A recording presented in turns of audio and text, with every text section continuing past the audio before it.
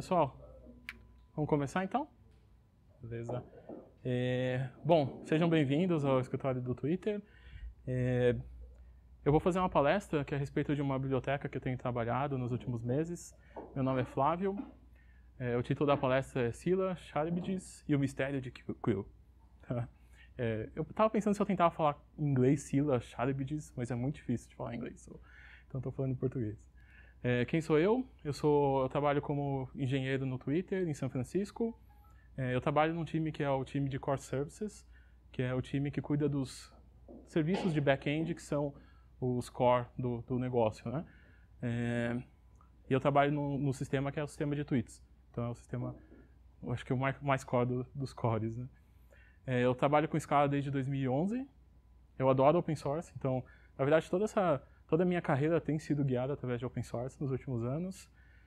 Então eu estou sempre fazendo novos projetos, eu vou apresentar um deles hoje. Estou no Twitter ali, e esse é o meu GitHub. Se vocês tiverem... Eu vou tentar fazer uma palestra curta, não tem muitos slides, então vocês podem ficar à vontade para parar a qualquer momento, fazer perguntas, fica à vontade, tá bom? Então não vai ultrapassar o tempo por causa disso.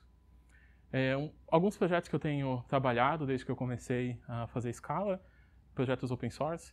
Tem o Quill, que é um Compile Time Language Integrated Query, uma biblioteca para fazer queries em Scala e executá-las contra, por exemplo, banco de dados MySQL, banco de dados NoSQL, coisas desse tipo. Tem o Clamp, que é um Framework for Service Composition. Então, basicamente, a ideia, quando a gente trabalha com microserviços, como no Twitter, eu estava trabalhando na SoundCloud antes, você faz muitas chamadas para outros serviços, né? Então, você tem uma chamada que vem da internet e isso se transforma em 200 chamadas internas a múltiplos microserviços. E fazer essas chamadas de uma forma efetiva, otimizada, é muito difícil fazer manualmente. Então, o Clamp, você declara o que você vai fazer e o Clamp consegue otimizar a execução para você. Tem o Activate, que foi o primeiro projeto que eu fiz em Scala, é uma biblioteca de persistência, que é em cima de um software transactional memory, que é durável e distribuído. Vocês podem dar uma olhada depois, mas é uma ferramenta de persistência, assim como o Quill, mas um pouco diferente. Tem o Bond, que é um Type Level Validation, é uma biblioteca para validação em nível de tipos. E o Zoot, que é uma biblioteca bem interessante, que ninguém está usando, mas eu acho bem legal. Você pode... Essa daqui é uma das que eu mais gosto, que é basicamente se você vai conversar com um servidor, você tem um trait Scala, e se você vai implementar um servidor, você implementa o mesmo trait Scala. Então você pode compartilhar aquela interface entre cliente e servidor e eles se conversam via REST. Esse é um projeto bem interessante também. Agora eu vou falar da palestra mesmo. Eu vou começar com essa frase, que é do Dijkstra, que diz o seguinte: simplicidade é uma grande virtude, mas ela requer trabalho pesado para se alcançar e educação para se apreciar. E para piorar as coisas, complexidade vem de melhor. Eu escolhi começar com essa frase porque eu vejo que isso acontece muito na comunidade Scala.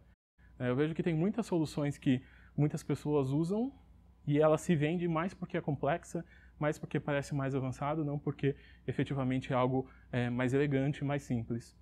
E eu acho que é isso que aconteceu com o Activate. O Activate é a minha primeira ferramenta, primeiro projeto que eu fiz em Scala, e é extremamente elegante. Aqui em uma página você tem toda a configuração de como se conectar no banco, você tem toda a definição de um esquema, uma migração para criar as tabelas, e isso aqui que é a parte mais legal.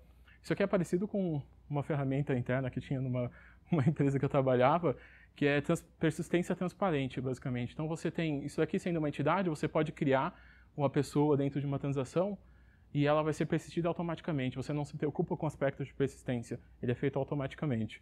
Da mesma forma, você pode selecionar coisas e isso vai retornar coisas que estão sendo criadas ou modificadas na transação. Você pode alterar, você pode pesquisar e deletar, coisas desse tipo. E com isso, você está tendo a persistência de uma forma transparente, é plugável, você pode falar com vários backends, etc. Só que as pessoas, se você vê blog posts comparando ferramentas, as pessoas só falam: mas isso é tão simples, que parece tão mágico, que eu não vou usar, eu vou usar essa outra coisa aqui. Então eu acho que isso tem acontecido bastante na comunidade Scala, e eu vejo que outras pessoas hoje já estão falando disso em outros eventos fora do Brasil, etc. Então eu achei interessante colocar isso aqui também. E o Activate é uma ferramenta de persistência. Por que eu comecei a escrever o Quill? Que é uma ferramenta de persistência também. Né? O Activate é uma ferramenta bem simples e elegante para fazer persistência, mas ela tem um nível de abstração bem alto. Né? Basicamente, você não se preocupa com persistência. Essa é a abstração principal. E você pode trabalhar com grafos de objetos, você pode ter uma entidade que referencia uma lista de outra entidade.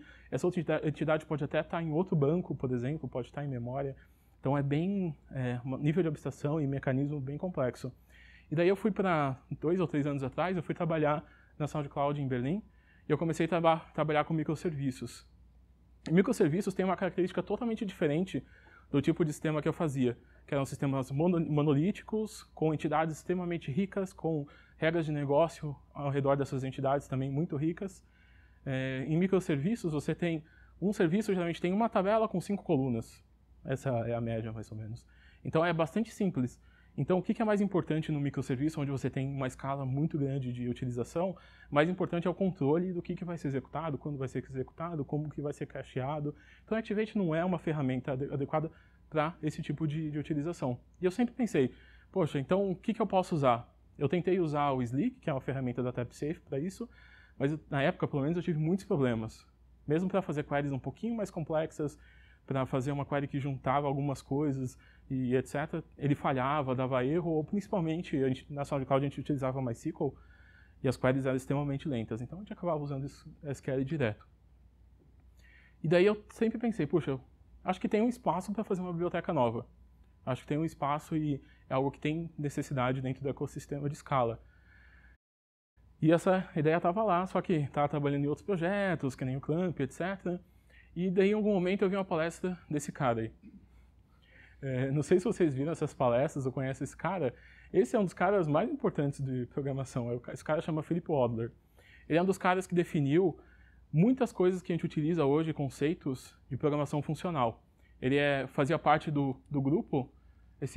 Puta, tá cortado ali, desculpa. Ele fazia parte desse grupo em 92, que começou a definir toda a arquitetura, tudo do ecossistema Haskell, que é basicamente o pai das linguagens funcionais. Né? E eu vou até contar um caso interessante, ele é esse cara aqui, ó, esse barbudão aqui. Ele estava conversando com outro cara, e daí esse outro cara falou alguma coisa e ele não entendeu, ele achou que ele tinha entendido, mas ele entendeu errado o que o cara estava falando. Ele foi para casa com aquele pensamento errado, entendido errado do que o cara falou, e no dia seguinte ele voltou com um conceito, que é um conceito que todo mundo utiliza, bastante gente utiliza em programação funcional, que são type classes.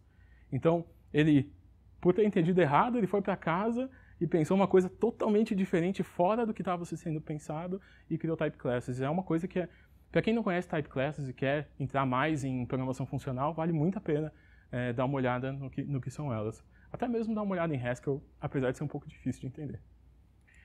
E ele fez uma palestra que eu assisti, que era justamente como se deve desenvolver uma biblioteca para queries de banco de dados em qualquer linguagem. Essa era a palestra dele. Então eu falei, puxa, já tenho a base de como fazer, então vou começar a trabalhar. O nome do paper é A Practical Theory of Language Integrated Query.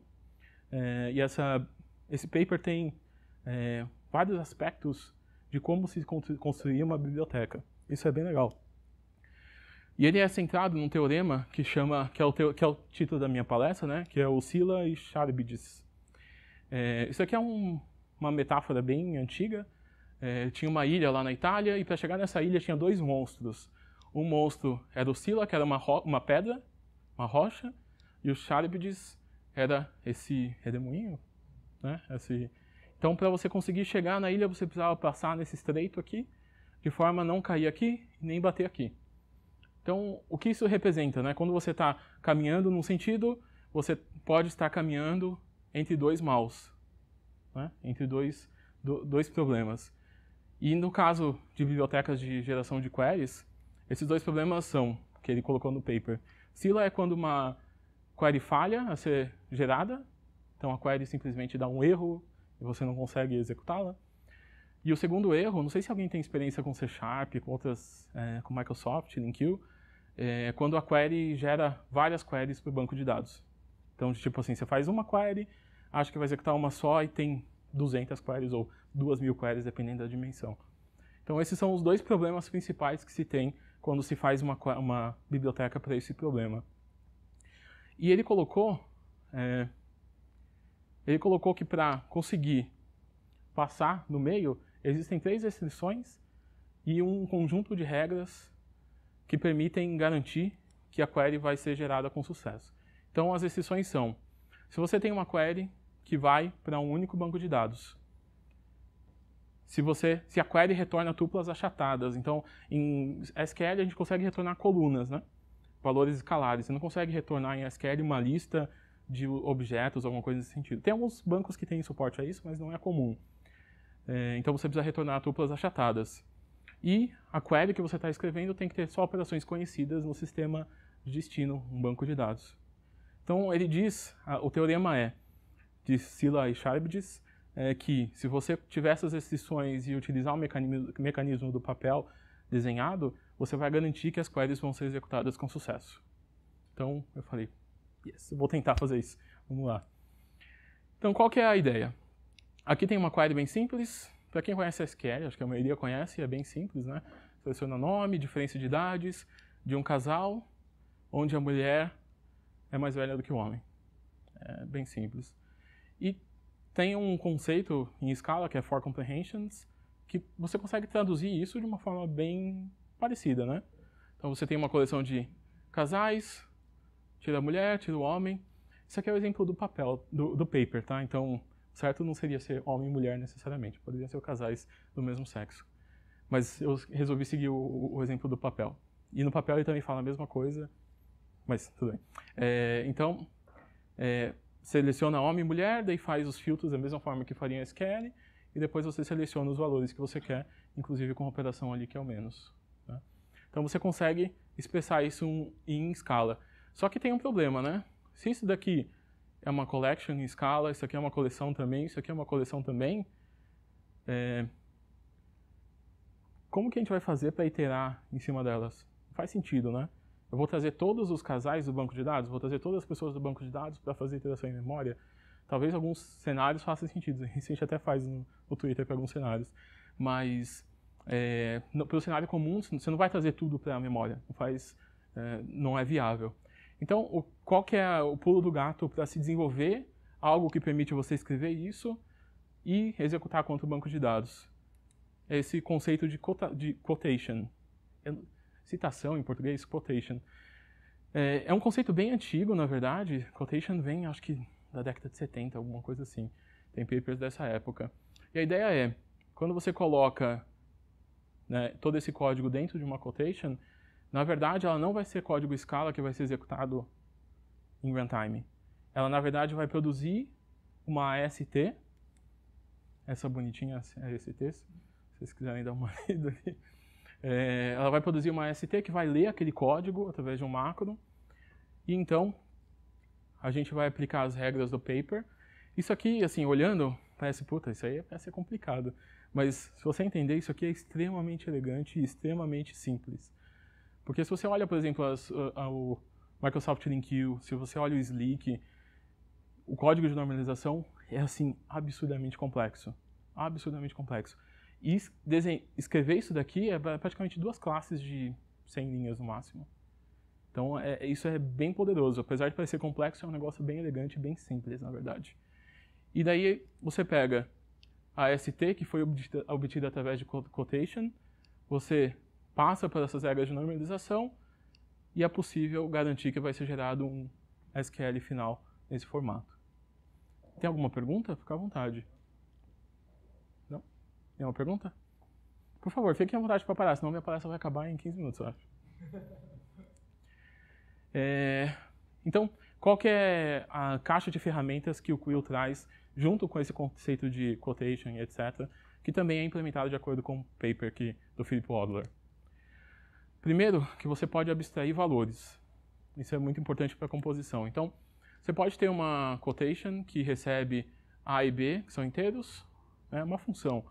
E daí você pode fazer uma for comprehension, fazer um filtro aqui, certo? Isso é abstrair valores. Então, você pode chamar banco de dados, executa, range, 10, 20. Tá? Quando a gente cria uma quotation, esse é um negócio que existe. A quotation é um conceito assim, da forma que eu implementei no Quill. Isso é diferente do paper, tá? Porque o Quill ele faz coisas em tempo de compilação e o paper é completamente runtime. A quotation é algo que existe tanto em tempo de compilação, é acessível em tempo de compilação, quanto em tempo de execução. Então, quando eu executo o db.run, se essa quotation ela é estática, o que vai acontecer? Durante o tempo de compilação, o Quill vai pegar a AST, normalizar e gerar o SQL final. Eu vou mostrar mais pra frente, você consegue até ver qual é o SQL que vai ser executado. E isso dá um poder de performance animal, porque é basicamente como se você chamasse jdbc.run direto passando um SQL, não tem nenhum overhead de runtime. Então esse é um negócio que acontece em tempo de compilação. Eu passando 10 e 20 aqui, isso aqui também vai acontecer em tempo de quotation, porque isso aqui é uma quotation também. Mas você pode... Então tudo que acontece dentro do primeiro parênteses do run é algo que vai acontecer em tempo de compilação, se a query for estática, eu explico isso depois. E tudo que acontece no segundo grupo, no segundo parênteses, são coisas que são runtime, são valores de runtime. Então você pode receber, por exemplo, aqui o valor mínimo e máximo de uma interface com o usuário, de outro sistema. Então você tem o db.run é como se fosse uma ponte, né, entre o mundo de compilação e o mundo de execução. Isso aqui, na verdade, não existe, né, não é executado em tempo de execução. Uma outra ferramenta é abstrair predicados, então funções high order functions em cima de queries. Então você pode ter essa quotation que satisfies, que recebe um predicado e filtra todas as pessoas que satisfazem aquele predicado de acordo com a idade. E depois eu posso também compor ela com a função de implementação. Então, por exemplo, eu posso dizer todas que satisfazem onde x é maior ou igual do que 20. Isso o Quill vai pegar, normalizar e vai gerar da mesma forma com que, se isso daqui fosse inline aqui, a query não vai fazer diferença para o Quill, porque a normalização vai gerar a mesma query no final. Outra ferramenta é compor queries. Então você pode ter lá, por exemplo, dado um nome, qual que é a idade da pessoa. Então você tem uma for comprehension, se o nome da pessoa é igual ao parâmetro, seleciona a idade. E depois você pode usar o que eu já defini antes e o que eu estou definindo aqui, numa única quotation, por exemplo. Então você pode dar um nome, a idade desse nome, pega todas as pessoas que estão entre esse intervalo de idade dessas duas pessoas. E o que é mais legal assim é que tudo isso que você está compondo vai gerar o mesmo SQL no final. E compor partes é o que a gente sabe que faz o código mais manutenível, fácil de entender. Você pode tirar pequenas funções e compor uma query maior, e isso fica bem mais fácil de manter, mais fácil de entender. E a última ferramenta são queries dinâmicas. Eu falei que o Quill faz as coisas em compile time. Pode ficar à vontade. Voltando naquele slide anterior da query, para te fazer um debug, por exemplo, para te tentar... Não acontece às vezes uma cláusula, alguma coisa que não está gerando o resultado esperado pelo negócio, ou esperado pela... Em um console, alguma coisa que tu consegue procurar para poder ver exatamente a query final que você vai executar. Sim, a query final, eu vou mostrar depois. A query final, na verdade, você vê no tempo de compilação do seu editor, vai aparecer exatamente a query que é executada. Isso é animal. Eu vou mostrar mais pra frente. Mais alguma pergunta? Então, eu falei que o Quill faz as coisas em tempo de compilação, mas ainda assim existem queries que são dinâmicas. A estrutura não é conhecida em tempo de compilação. Então, por exemplo, um usuário seleciona vários checkbox, alguma coisa assim, e a query vai ter um filtro a mais ou um filtro a menos. Então você não tem aquela query em tempo de compilação estática. Então o Quill também tem um modo, que é um modo de exceção, que são queries dinâmicas. Que basicamente o que vai acontecer? Toda a normalização, geração de query vai ser feita em tempo de execução. Mas são casos mais isolados, né, onde você precisa queries dinâmicas. Aqui tem um exemplo, então eu posso ter... Isso aqui não tem nada a ver com Quill, né? Você tem uma hierarquia de critérios de um predicado, e você pode compor eles, né? And, or, above, below, todas essas composições do predicado. E daí você pode gerar uma query baseada nesse predicado. Então você pode eval o predicado, isso vai retornar uma função citada. E daí você pode fazer o pattern match aqui dos valores e criar essas quotations baseadas no valor de runtime. Então essa query aqui, por ser dinâmica, ela não vai ser gerada em tempo de compilação, vai ser gerada em tempo de execução. Mas isso é, de novo, né? Isso eu reparei que alguns usuários estão direto já começando a fazer queries dinâmicas, mas é muito menos poderoso que queries estáticas. Então o ideal é tentar fazer tudo estático e em alguns casos fazer dinâmico, fica à vontade. As queries em tempo de execução, elas precisam desse lift, desse eval, conseguir saber como você achar isso? Isso. Esse lift aqui é para você fazer o lift de um valor de runtime dentro da ST da query.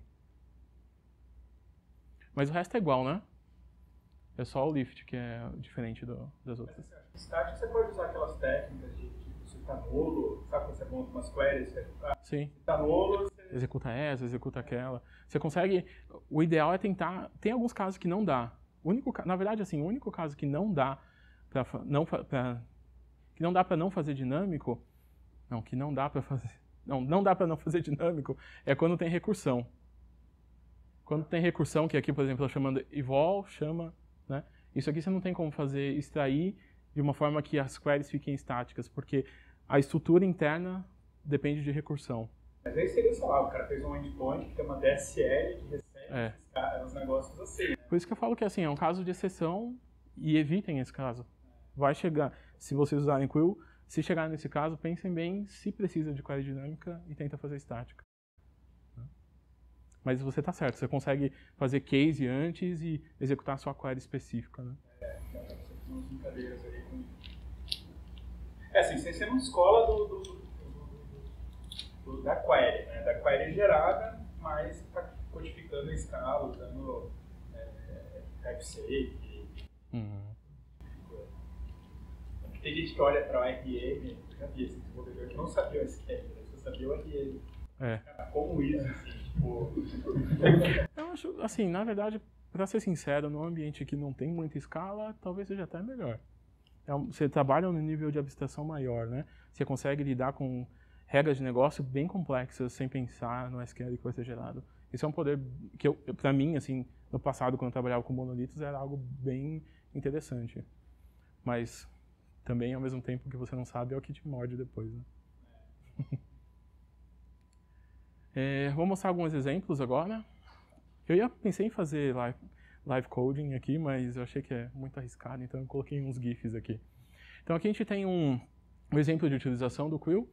Tem um esquema que é uma pessoa que tem nome e idade. E eu vou fazer uma query em cima dessa pessoa. Então, all query, daí eu faço a quotation, query person, filter, onde a pessoa tem o nome John. Daí eu mapeio isso para pegar a idade. Tá? E depois eu só dou um testdb.run e aqui vem um pulo do gato. Você sabe, no seu editor, isso no Eclipse, no IntelliJ, ele não pega essas mensagens. No seu editor você sabe que tá Eclipse é bem melhor, sem dúvida. E as queries são também, podem ser, se você configurar corretamente, podem ser validadas em tempo de compilação. Então, por exemplo, aqui eu mudei o campo para colocando mais um E, e a query falhou, porque foi lá no MySQL e viu que a coluna não existe. Então, isso se você configurar, etc. Tem casos em que você está executando a aplicação contra um banco de dados antigo, etc. Você pode desabilitar. Mas isso também é bastante poderoso. Você sabe que se a query não é dinâmica, certo? A query compilou, você sabe exatamente qual é a query e se o banco vai ser capaz de executar ela. Isso abre portas para outras coisas. Por exemplo, eu poderia abrir um ticket para verificar o custo dessa query. Eu poderia dizer, essa query não pode ter mais do que, sei lá, 100, não sei qual a unidade de custo de cada banco de dados, e a query poderia falhar em tempo de compilação para dizer, olha, essa query vai ser mais custosa do que você esperava. Então isso abre portas para várias coisas que você pode fazer. E antes que...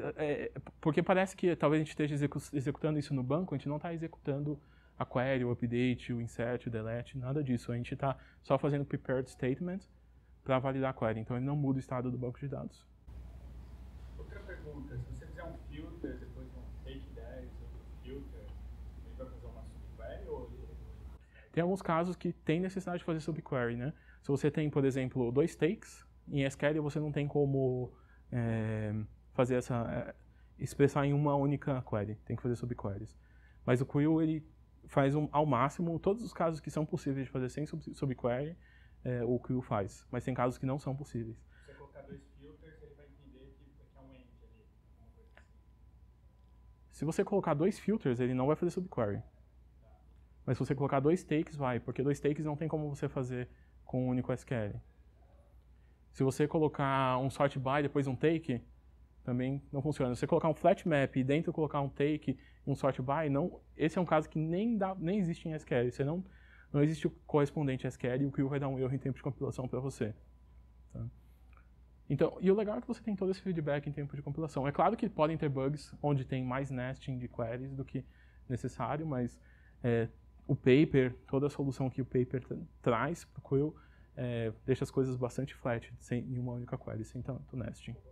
Parênteses só, como é que é seu nome mesmo? Gustavo. Gustavo, você falou um negócio super interessante antes, que eu acho que tem tudo a ver com onde eu acho que o pessoal vai começar a esbarrar com dúvida. Eu estava vendo também o Quill quando lançou e vendo a galera postando as dúvidas, né? E tem assim, aqui, estou falando da camada de abstração, então tem uma galera que vai entender o Quill como funciona, ele é um facilitador. E aí tem um monte de cara que vai pegar e vai usar e vai falar, caraca, muito fácil de usar. Só que aí tem os caras que já estão nascendo nessa geração, que é a galera um pouco mais nova do que a gente, que é essa galera que, teve que mastigar SQL, que viu como é que funciona banco de dados, que viu como é que funcionam os índices, que sabe quando fala de custo do SQL, do que a gente está falando, que pegou tabela que tem muito mais do que 5 colunas, e como é que elas se juntam, né? Aqueles joins com left, inner, né? E como é que a gente utiliza isso? A galera que não viveu isso, e muito fatalmente, quanto mais recursos como esse surgirem, não vai nem viver, e não vai, assim como a gente olha hoje para COBOL e fala, COBOL, né? Essa galera vai olhar para o banco de dados, sabe? E vai olhar para essas plataformas e vai falar para eles, nossa, isso aqui é tão intuitivo, tipo, funcional. Eu tô falando muito alto nível, orientação objeto pura, tipo, como assim, existe linguagem de programação que não é orientação objeto pura? Sabe? Vai ser esse tipo de pergunta, né? Essa galera vai ter dificuldade de entender por que não tem operações que possam ser feitas, porque eles já não vão saber mais como é que os SQLs eram construídos, né? Então eu acho que tem sim vai chegar uma fase em que como é que é o nome mesmo? Guilherme? No começo, quando o Guilherme chegou, ele estava revisando o código lá no Viva Real, né? Revisando o código em Java, né? É a mesma coisa, sabe? Tipo, o cara vai revisar um código em Java, agora que ele, né, expert em Scala, sabe? Todo mundo aqui que revisou código em Java e que já conhece Scala bem, pega os mesmos erros dos caras que codificam em Java. Porque é cara que aprendeu Java achando que sabia o que era orientação objeto, e você sabe que o cara não sabe. E ele não sabe que não é culpa dele, cara, porque ele não tinha nem sequer uma ferramenta na mão dele que permitia ele programar puramente orientado a objeto. Então, esses 2 passos para trás, para o cara saber a base, para ele conseguir depois de 2 passos para frente fazer isso daí, é o que eu acho que vai faltar mais para frente. Então, por que a gente acha que não está fazendo tanta pergunta para o Flávio, né? Porque um monte de coisa que você está falando, Flávio, eu acho que faz sentido para a galera que está aqui, mas esse grupo de, sei lá quantos tem aqui, 20 e poucos, é o grupo que vai entender o que você está falando, mas que hora que for falar com os seus times aí, o time que você está revisando, né, Guilherme, lá de Java, vai ter um trabalho para explicar, porque para poder explicar isso rápido, igual o Flávio está explicando, antes vai ter que explicar, lembra da query que você quer montar e por que ela não pode ser montada desse jeito? Talvez vai ter que revisar e explicar isso antes de ir para o passo de falar por que isso não funciona. Lá na Object, só para falar, na Code, na verdade, antes de poder explicar para os caras como é que a orientação objeto funcionava, para o que a gente queria fazer, eu tive que explicar para os caras por que não dava para fazer em Java. Primeiro, para daí poder explicar por que dava para fazer depois com o que a gente queria fazer. E eu acho que é um pouco disso que deve estar todo mundo vivendo, que está transitando do Java para o Scala, entendeu? Ou mesmo para quem viveu isso da transição para o Ruby, ou para quem viveu inclusive para outras linguagens, né? Que são conceitos anteriores que a galera que se formou não teve, até porque muitos dos professores que estavam na formação para eles também não tiveram.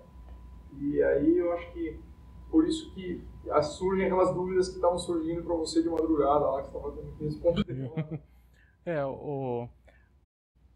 E mostrando isso também, assim, isso é bastante simples, né? Se você olha as ferramentas que tem parecidas no mesmo domínio, a simplicidade é muito...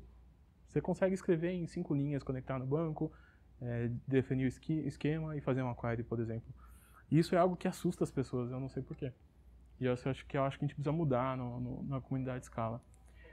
Pode falar. Uma última pergunta. Teve última, mas eu trabalhei um tempo com o C#, tem um Edge Framework, que você falou, né? Ele faz algo parecido, né? E eu lembro que assim, que às vezes você montava lá uma expressão em C# e aí ele não compilava. Não sei como ele validava tudo ali, mas ele não compilava e ele falava o seguinte, cara, ó, essa função que você está tentando usar aí dentro, não tem uma implementação disso daí. Uhum. Né? Aí você podia ou fazer uma implementação daquilo dali ou achar outro jeito de fazer aquilo dali que você está fazendo. Acontece a mesma coisa aqui, imagina que lá dentro daquela comparação, eu não usar igual, eu usar uma regra minha, eu usar uma função minha lá. Sim. É parecido? É parecido, é bem parecido. São aquelas 3 restrições que foram colocadas. O Quill valida isso tudo em tempo de compilação na hora de fazer o parse da quotation. Mas eu tenho como ir lá, imagina que não tem, mas eu posso ficar, eu sei que tem. Eu vou subir, eu vou colocar lá no banco e faz isso. Sim. Né? Então, tem uma ferramenta, isso é algo que é bem interessante porque é diferente da... Não sei quem tem conhecimento, tem experiência com Slick. Se você tem alguma coisa que não é suportada, você tem que fazer o SQL inteiro em string, né? Com Quill, você pode pegar só uma parte e dizer, essa daqui chama infix, o nome da funcionalidade, para quem quiser dar uma olhada. Você coloca o que vai ser o SQL e diz qual que é o tipo daquele negócio. Então, se você tem uma função, você pode dizer infix, o nome da função dentro de uma string, as function de booleano para string, por exemplo. Então, você pode usar... A gente pode até dar uma olhada. Eu vou mostrar isso daqui, a gente passa no README, eu dou uma olhada, mostrada para você. Passar isso daqui. Esse aqui é o último exemplo, eu lancei essa semana a versão 0.3. É uma biblioteca bem jovem ainda, então não esperem que vai ser tudo perfeito, talvez tenham problemas, mas eu diria que é uma biblioteca até um pouco mais madura do que algumas alternativas que tem no mercado. Essa nova versão tem integração com Cassandra. Então eu tenho um exemplo aqui bem simples de Cassandra com Reactive Streams, tá? Que tem uma integração para Reactive Streams para Cassandra. Então tem um esquema que é Twitch e Scala Twitch, é bem idiota o exemplo. Eu crio o banco de dados, estendendo Cassandra String Source e passando como que vai traduzir os nomes das coisas. Por trás disso tem um arquivo de properties configurando esse banco de dados. E daí eu crio o string, que executa uma query. Isso aqui pode ser uma query com filter, complex, etc. Aqui no caso é simples. E isso vai retornar um string, esse db.run. Isso aqui está executando em tempo de... vai executar em tempo de execução, não é parte da query. Eu filtro, porque o Cassandra não tem filtros desse tipo, né? Então eu posso filtrar desse jeito em memória, mapear isso para um Scala tweet. É um tweet a respeito de Scala, porque tem o hashtag de Scala. E depois eu posso executar a query, inserindo o Scala tweet e passando o string de tweets de Scala. Então o que vai acontecer aqui? Na hora que eu executo, ele vai fazer a query no Cassandra e aplicar um string de execução que tem inclusive back pressure, etc. Basicamente ele vai pegar cada um dos elementos, ou em batch, se você quiser configurar, e fazer somente o string de acordo com o que o sistema consegue executar. Então aqui não dá para ver, mas está inserindo várias coisas aqui, né? Eu acho que já passou, mas você consegue ver a query que foi gerada aqui? Vocês já viram? Vocês viram isso? Repararam? Passou muito rápido. Eu vou passar de novo esse. Vou passar de novo. Você consegue ver a query que foi gerada. Então ele vai conectar no banco, pegar item por item ou pegar batches e executar o stream. Isso vai gerar backpressure, isso vai ser executado em paralelo, usando todos os cores do seu sistema. Então é que não deu para pegar nesse vídeo, mas o meu CPU lá, as métricas de CPU está 100% na hora que executa. Porque ele vai pegar todos os seus cores, executar em paralelo, aplicando backpressure, se você não consegue inserir muito e etc. Assim, é tão simples, mas eu meio que estou apaixonado. Eu nunca fiz Reactive Programming antes, né, e eu fiz agora com essa coisa e assim, é animal. É um negócio muito poderoso. Qual que é o streaming que você está usando? É o Monix, que é o antigo Monifu. Ah, não é o Upstream. Qual? Tem aquele Upstream lá. Que é o Monifu, o Monix é muito melhor. É bem mais bonita a biblioteca. O fato tem um preconceito com marca aí. Tem, porque é uma biblioteca ruim, por isso.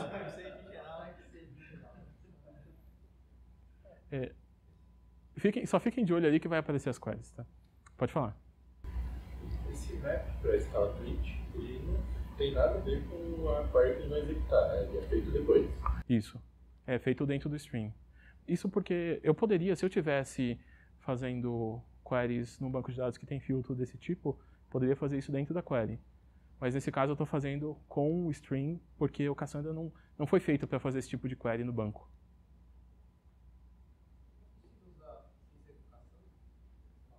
O stream? Eu implementei com Cassandra porque era o driver novo, e se funcionar direitinho, tiver bom feedback, eu vou implementar para os outros drivers também. Eu não sei se JDBC tem um jeito bom, acho que você pode colocar batch size para fazer as coisas, mas não vai ficar... Talvez usando... O Quill tem driver assíncrono também. Isso é uma diferença, por exemplo, do Slick. O Slick só tem... Ele tem wrapper assíncrono em cima de um driver bloqueante, assim. Pode ter certeza que não é uma boa solução. Oi?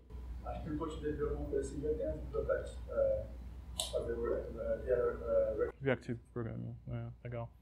E o Quill daí tem umas bibliotecas assíncronas também de acesso a banco de dados MySQL, Postgres, todas assíncronas também, não bloqueante. Então, com essas acho que dá para fazer Reactive Streams direitinho. E assim, daria pra... Eu acho que não é um negócio que não suporta agora, mas assim, pensando para o multimédia. Daria para fazer também uma implementação por Elasticsearch e de repente usar a mesma query que eu uso no banco de dados relacional, com Postgres, eu fazer essa... Pensar, cara, aqui você faz lá no Elasticsearch, agora você faz no Postgres, sei lá por quê. Assim. Essa é a ideia. A ideia é ter uma ferramenta genérica, que é o core do Quill, e você tem especializações dela. Então tem especializações, vários drivers em SQL, e tem um único driver que é NoSQL, que é o Cassandra. Apesar de CQL ser parecido com SQL, não é a mesma coisa, tem algumas diferenças grandes. Então tem uma especialização. A ideia é ter especialização para outras coisas, até GraphQL, por exemplo. No Twitter a gente está trabalhando no novo esquema de query federada, é um negócio meio maluco. E eu fiz uma integração com o Quill, por exemplo, e é totalmente diferente.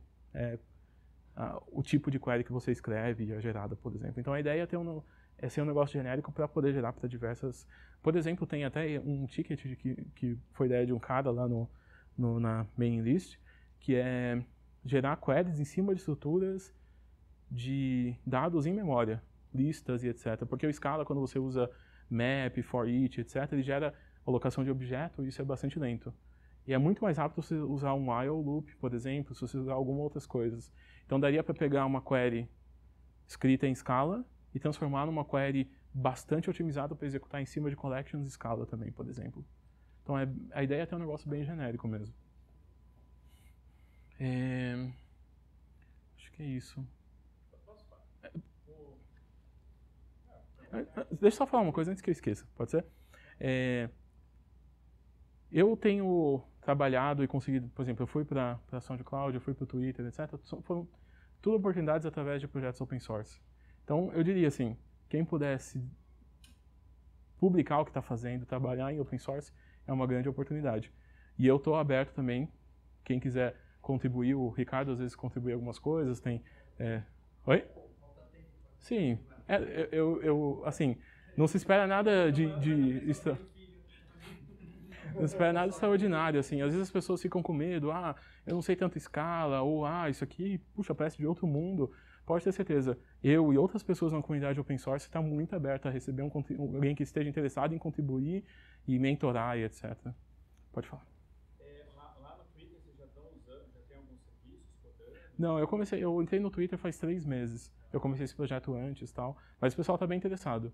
A gente está migrando algumas coisas para Postgres mesmo, talvez tenha um ticket para criar um driver para Postgres em cima do Finagle também, que talvez a gente utilize, não sei.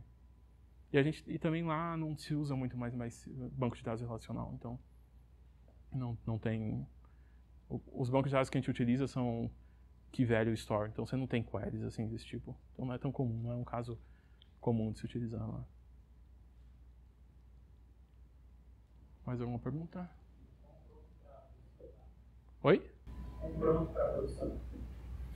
Cara, basicamente você vê a query que está sendo gerada, certo?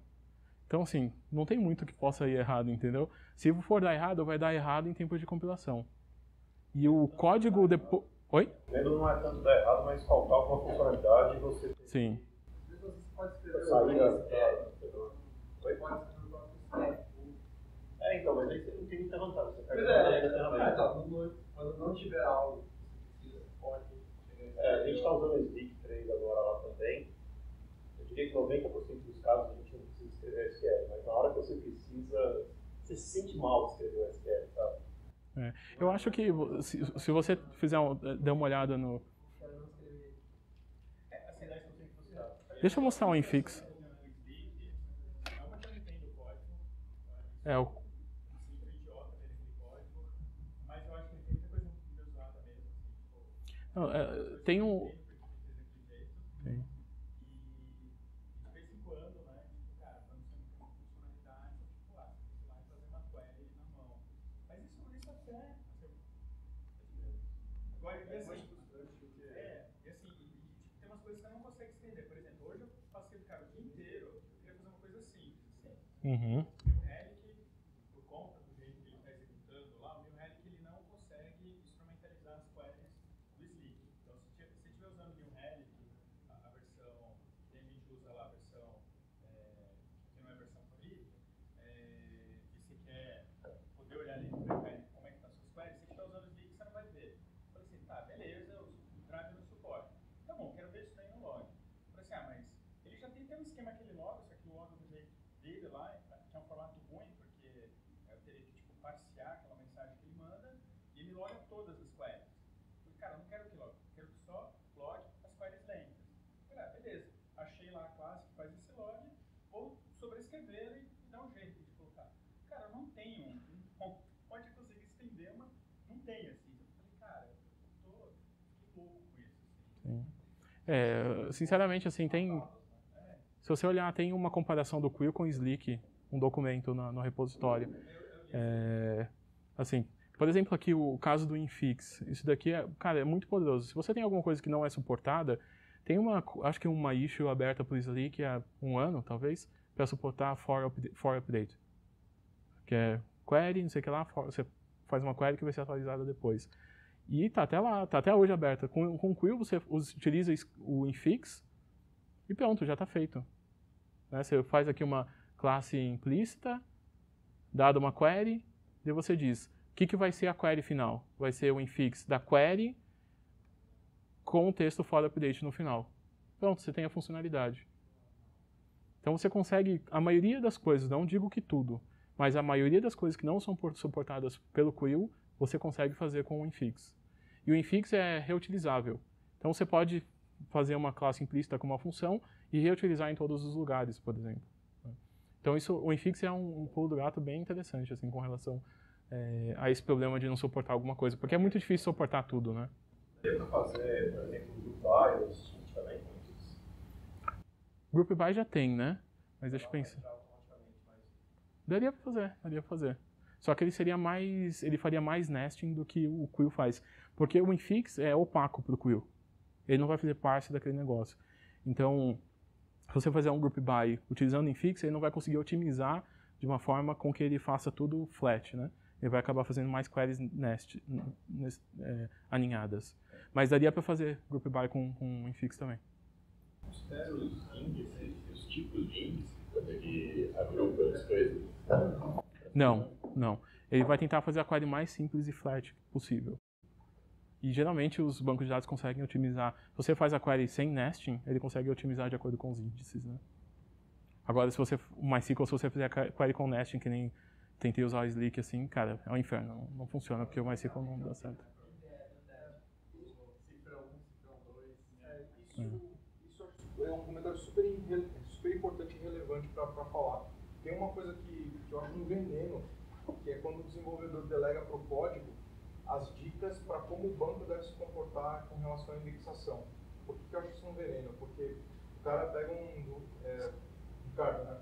Ricardo lá, o cara expertise 1000 em query, então ele sabe que no código dele ele vai colocar lá uma anotação, ou ele vai até concatenar na query que ele sabe que vai montar, porque ele sabe fazer isso, um hint da query, hint todo mundo sabe o que é, o hint da query que vai ser gerada para o banco perceber que naquele caso específico ele tem que otimizar a indexação do join do jeito certo. Pá.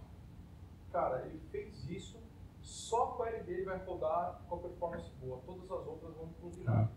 Porque o cara novo que chegou lá não sabe pôr aquele hint, e aí pior de tudo, se um dia ele der manutenção naquele código, ele vai falar, cara, não tenho a menor ideia do que o Ricardo pôs essa notação esquisita aqui, não faz sentido para mim, ele não vai perceber no banco de teste dele, porque o banco está vazio, que é outro negócio que a gente estava comentando, os testes geralmente não são feitos em bancos de dados que tem volume significativo. Pronto, cara, ele tirou, estragou a performance que só o Ricardo sabia, ou seja, esse tipo de, como fala, de inteligência, ela tem que ser delegada para quem de fato é de direito, que é o banco, ou seja, no banco tem que ter inteligência para ela conseguir pegar um negócio, um pedido de execução, como ele tem que ser, que é cru, e ele saber, de forma inteligente, interpretar aquele pedido e montar a solicitação de consulta da forma mais otimizada possível. E isso é, inclusive, uma inteligência progressiva, porque o banco ele tem que ser capaz, inclusive, de, à medida que o volume de massa do banco cresce e muda para direções diferentes, ele reaprender e ele saber montar as queries, otimizar as queries de outra forma, inclusive, né? E aí, por causa disso, é que você não coloca mais aqui, nos códigos, como o pessoal fazia antes, as dicas, os hints, como era uma prática de 5, 7 anos atrás, entendeu? Que tinha muito, que é o que a gente viveu. A gente sabe fazer isso porque a gente fazia, porque senão não dava. Né? Você não tem liberdade de mexer no banco de dados, às vezes ele já está na máxima capacidade. Mas tem um problema que é pior, às vezes tem bug no utilizador de query Tem. do banco. Isso que eu ia falar. E não tem jeito, você tem que ir lá, porque tem banco, porque no hint você fala, cara, você vai executar essa query desse jeito aqui. Esquece o otimizador, você vai fazer desse jeito. Eu já vi aquele caso de o otimizador ele simplesmente errou, assim, porque ele trabalha com umas heurísticas ali, que é um negócio que assim, acerta praticamente sempre, mas quando não acerta, aí você tem que... A minha experiência com isso também é justamente essa, de hints, por exemplo, um banco de dados que é animal é o Oracle. Apesar de ser caro e etc., ele consegue fazer umas mágicas com o plano. Mesmo no Oracle eu tive problemas muito sérios com isso, de fazer hint, fazendo migração de dados massivos assim, e colocando hint de derrubar banco, de dar Aurora error, essas coisas assim. Então, realmente... Mas às vezes um hint é bom no MySQL, porque o MySQL é muito ruim. Né? Mas aí O otimizador do MySQL Até isso ele erra, se você não força, tem que... E aí entra, mas Não sei aí como pra é. mim entra no caso Como da que a gente tá de exceção, tempo? entendeu? Porque se você chegou num limite em que você de fato não consegue configurar o banco para ele sozinho perceber qual é o limite que ele devia usar, A outra palestra. aí você realmente está numa situação em que Mas você pode usar continua? o código e infelizmente Não toca quando esse for caso pra é parar. open source, né? Porque aí senão você está no caso das mãos atadas, que é o que você acabou de falar, né? Você não tem recurso para mudar o que você queria. Mas assim, eu acho que o cenário que a gente está vivendo mais hoje em dia, pelo menos lá na 99, a gente está indo... Quando você vai para microserviço, é isso, né? Você monta uns caras que tem poucas tabelas, aí o teu foco é controle Performance, total, assim, sabe? Cara, eu quero fazer esse negócio, ele tem que se comportar de um jeito muito previsível e bom, eu quero controle de tudo. Que é diferente, eu já trabalhei, né? Outra empresa que eu trabalhava, o sistema tinha 900 tabelas, assim, e todas integradas e tal. Cara, é uma doideira. Aí é outra filosofia. É outro tipo de réplica. Que também é válido para alguns domínios, né? Não tem... Acho que... Não sei quanto tempo a gente tem ainda. Fala aí. Já deu já? Não, mas tem outra palestra, né? Então acho melhor parar por aqui, né? Tem mais alguma última pergunta? Eu queria só aproveitar um outro comentário. Como é que é o nome do cara? Não, de preto ali. Juliano. Foi mal no seu nome dos caras, né? Juliano. Juliano fez um comentário que eu também acho que vale a pena. Na verdade, foi uma pergunta que eu acho que ficou sem resposta aqui. Que é assim, pô, em que situação que eu adoto um negócio desse, né? Porque, cara, a pior coisa é ninguém usou ainda, não sei se está pronto para produção, mas eu estou no meio do desenvolvimento e lá no meio do desenvolvimento eu descubro que está faltando uma funcionalidade. Eu falei que ficou sem resposta mais ou menos, né? A gente falou do Infix, que obviamente a gente consegue aqui resolver boa parte, uma boa não parte todos. das coisas. Acho que tem uma outra coisa que é a seguinte, assim, que é quando a gente escolhe mudar e adotar alguma coisa nova, né? E de novo, a gente está aqui no meio dos caras que são os inovadores, né? E os inovadores, eles são os caras que justamente, eles são os caras que aceitam um pouco mais de risco para falar se eles vão para uma coisa nova ou não. E inovação, ela tem uma coisa que é muito louca, né? E aí, só para lembrar, Kodak, e a gente também tem um cara velho aqui que vai lembrar disso, né? A Kodak, ela falou basicamente isso na época que ela achou que não precisava fazer nada de inovação. Kodak, ela fazia o filmezinho de rolo, e ela falou o seguinte, cara, eu domino o mercado, e os caras estão vindo esse negócio aí de câmera digital, cara, eu vi a foto da câmera digital, é um monte de quadradinho, você nem enxerga a imagem direito. Cara, fica sossegado, porque a qualidade da minha foto é tão melhor que isso, que a gente está garantido. Líder de mercado mundial, a empresa era muito maior que a IBM, era um negócio assim, era um mundo, era um planeta, de tanta gente que trabalhava com a Kodak. Quebrou em questão de 2 anos, porque a evolução que a câmera digital, que a qualidade da foto digital e de pixels evoluiu em 2 anos, foi tão bombástica, tão rápida, que eles não foram capazes de prever, eles não buscaram inovação e eles quebraram. Isso aconteceu com a Kodak, e isso aconteceu com várias outras empresas, tem mais uns 7 ou 8 exemplos de empresas que tinham domínio global do seu mercado e que quebraram porque elas não inovaram. Felizmente, esse grupo é o grupo que inova. E assim, o que eu vejo que as pessoas estão buscando é como é que os seus times de desenvolvimento conseguem cada vez produzir com mais simplicidade, de forma que o código fique cada vez mais claro, mais manutenível, que os caras consigam focar mais no que de fato precisa ser entregue, menos na complexidade do código, então o código, né, mais objetivo, né? E aí, lembrando a primeira frase que ele postou lá, e eu não tinha visto a palestra antes, que essa questão do quanto a simplicidade custa caro para ser feito, né? Porque ser simples não quer dizer que é fácil, né? E eu acho que a gente está lutando muito para buscar essa simplicidade, sabe? Ninguém compra o que aparentemente é simples porque parece frágil, sabe? E eu acho que essa fragilidade é exatamente a essência da tua pergunta. Porque parece muito simples, parece que está incompleto. E aí eu acho o seguinte, que não tem muito outro jeito da gente descobrir que não seja testando. A minha resposta, eu acho, eu estou tentando responder para você, mas não é para você, a resposta é para mim, porque eu também estou pensando onde eu usaria. Eu usaria numa prova de conceito, cara, que é como eu acho que a gente começou fazendo tudo que a gente já fez que deu errado e que depois a gente fez dar certo, sabe? Eu acho que posso até abrir um parênteses. Eu comecei a usar Slick 3 anos atrás, na versão 1. Quando eu vi... Cara, a gente vai falar na doida, quando eu vi o projeto do Flávio, era uma opção que a gente nunca teve. Porque hoje em dia a única opção para fazer algo parecido é Slick. E o que o Flávio está fazendo é um jeito muito mais simples. E tem alguns cases que eu não conseguia fazer no Slick que eu consigo fazer no Kill. Então eu acho que vale a pena dar uma chance assim, para conhecer. Principalmente que depois que você começar a mexer, fazer uns testezinhos em alguns pequenos projetos, você vai ver que vale muito mais a pena do que o Slick. Mas aí você está comparando com qual versão do Slick? Eu usei as 3. Até as 3. Fiz meu primeiro projeto. Usou a testar. Primeiro projeto a gente usou que era na época que estava começando. Aí a gente foi criar um novo projeto, o Slick 2 estava em assim, beta. Falei, vamos tentar, né, dar mais uma chance. E teve os mesmos problemas. Aí fomos começar o terceiro projeto, o Slick 3 também estava em beta.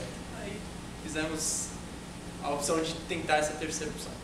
Não funcionou. Hoje a gente prefere, no quarto projeto que a gente começou, a gente prefere usar Relate, que é um playtext simples. Tipo, seria parecido com a Norm, porque facilita.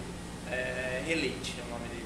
Nossa, a gente não conseguiu nem usar a Norm, a gente teve que fazer uma framework em cima da Norm para prover um CRUD básico só pela produtividade, sabe? Então, mas é por isso, a gente acabou do Slick de 3 anos tentando usar ele, não conseguiu chegar no mínimo de performance aceitável. Com alguns testes que eu fiz, a gente consegue pouco esforço.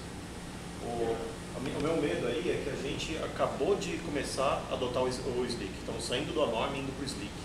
E, assim, tem 3, 4 sistemas lá só usando e nem o sistema inteiro, só algumas pequenas partes. Qual tipo de banco vocês usam? A gente também Postgres principalmente. Então vocês ainda tiveram a mesma vantagem que eu tive. A gente usa Postgres lá, mas eu tenho colegas que usam MySQL e que não conseguem usar o Slick. Não dava até a versão 3, vamos chamar assim, que eles melhoraram. Na verdade é 3.1 alguma coisa, porque a 3 ainda não tem, eu acompanhei aí de lá. Mas se você estava trabalhando na 2 e tiver que migrar para 3, Não, a 2 a gente usou até testar, mas a 3 ela tá provendo bastante coisa que a gente precisa, inclusive porque a gente usa muito aquele campo JSON do Postgres e tem como fazer umas integrações legais no Slick. E meu medo, a gente está começando a testar isso agora. Será que vale a pena a gente partir para um segundo teste em paralelo? Uma das coisas quando eu comecei a conversar com o Flávio era sobre isso, porque a gente usa bastante Postgres 100%. Era como fazer, sei lá, quero usar um HStore ou JSON novo, dá para você fazer esse suporte. E eu tenho alguns testes que eu fiz e você consegue ver isso. É tudo bem customizável. Por exemplo, se eu tenho um valor de banco de dados que não é suportado, é só criar um implicit com a implementação de como ler e escrever nele, tá beleza. É bem simples. É que o Postgres você consegue fazer operação de query em cima do JSON para dentro das tabelas, né? Ah, não sabia. Aí o Slick ele já tem a extensão do Slick lá. Não é bem o Slick que tem, né? Não, a extensão dele. A extensão do... Ah, sim, aquela Slick PG, né? Tudo que está implementado no Slick PG dá para fazer com infix. Pelo menos o que eu vi, eu estava pensando em fazer. A gente já está sem tempo. Aquelas queries internas para usar nos campos JSON, por exemplo. Cara, eu não conheço todas as funcionalidades. Eu vi o código do Slick PG e abri um ticket, e pelo que eu vi, dá para fazer todas as coisas que ele faz com infix. Tem outro ponto, o Slick já está aí há quase 3 anos. Não tem... 6 meses. Não, mas assim, o que eu vi lá, eu falei assim, cara, era, assim, minha opinião, o que eu vi lá era o que eu queria do Creo, assim, cara, porque o Slick é um saco ficar fazendo aquela table query lá, é um saco fazer aquele trecho. Desenvolvedores do Slick, Assim, o turnover deles para resolver issues é muito longo, assim, é absurdo. São meses e anos. O Creo você pode abrir e amanhã vai estar fechado, porque o base de código, tenta comparar, lê a base de código. É extremamente diferente. Oi? Não entendi.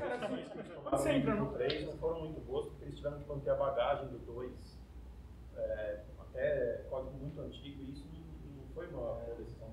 A normalização deles é parecida com o LinQ, assim, é totalmente ad hoc, totalmente, assim, força bruta. Não é algo elegante baseado num paper, assim, né? Mas, pessoal, desculpa, a gente tem outra palestra e a gente está pegando tempo da outra palestra. Obrigado por todos.